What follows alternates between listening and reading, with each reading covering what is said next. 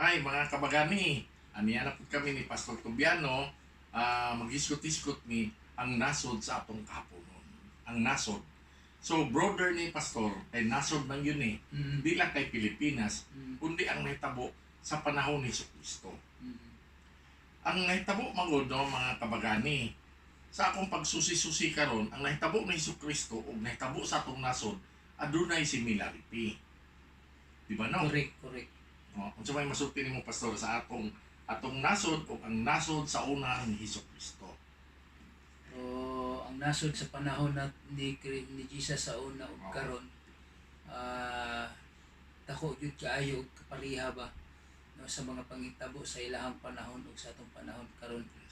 Kay ang panahon ni Jesus, makita nato murag grabe gyud ang politics gyud nga kanabitang ning maoy sana nanigbabaw, no.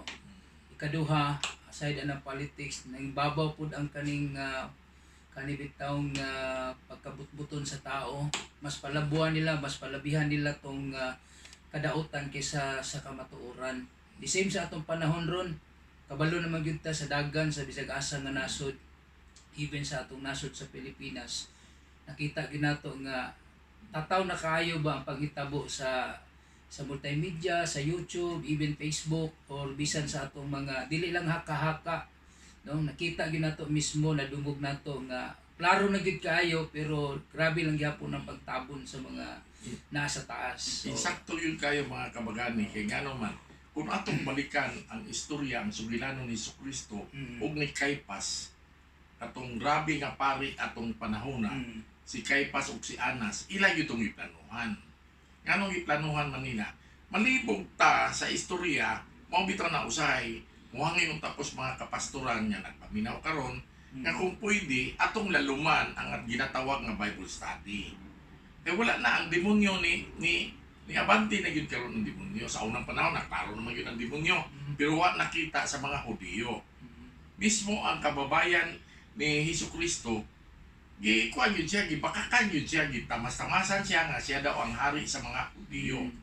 So, ang katupong way labot nga si Poncio Pilato nga nagpalakas po ni Tiberias nga siya gobernador atong during that time, di wag yun tato nagitisilip ba nga ngano man ang mga Romano ni Sud og Israel.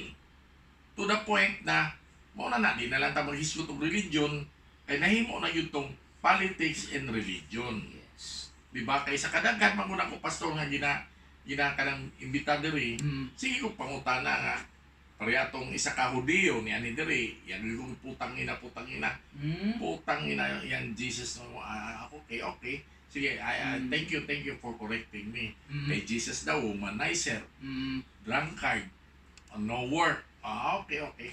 See, thank you for your information. And I do also believe in your Torah. Your 5 books. Sa inyong 5 books, manggod, akong gigan tong kwan. Sa 5 books of Pentateuch. Pentateuch. So, kung imong silipon na ilang 5 books, islito kayo. Limang ka, kung magkasala ka gamay, batuhon ka nila diretso. Now, ngano man si Jesucristo, wa nila na bato. Pero ilang gilansang sa kahoy. Katulang siguro mga bagani, kay magpadayon ng istorya ni Pastor. Mayong hapon na to. Pastor, salamat. Kuan mo kanang parting words. Salamat ko, no, sa panahon na to karon nga gihatag sa Ginoo sa mayong panglawas. Salamat pud kay Sir nga nag-invite.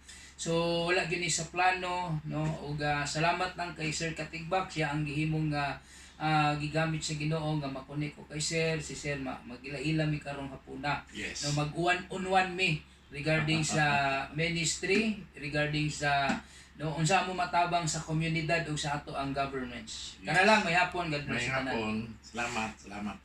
Salamat.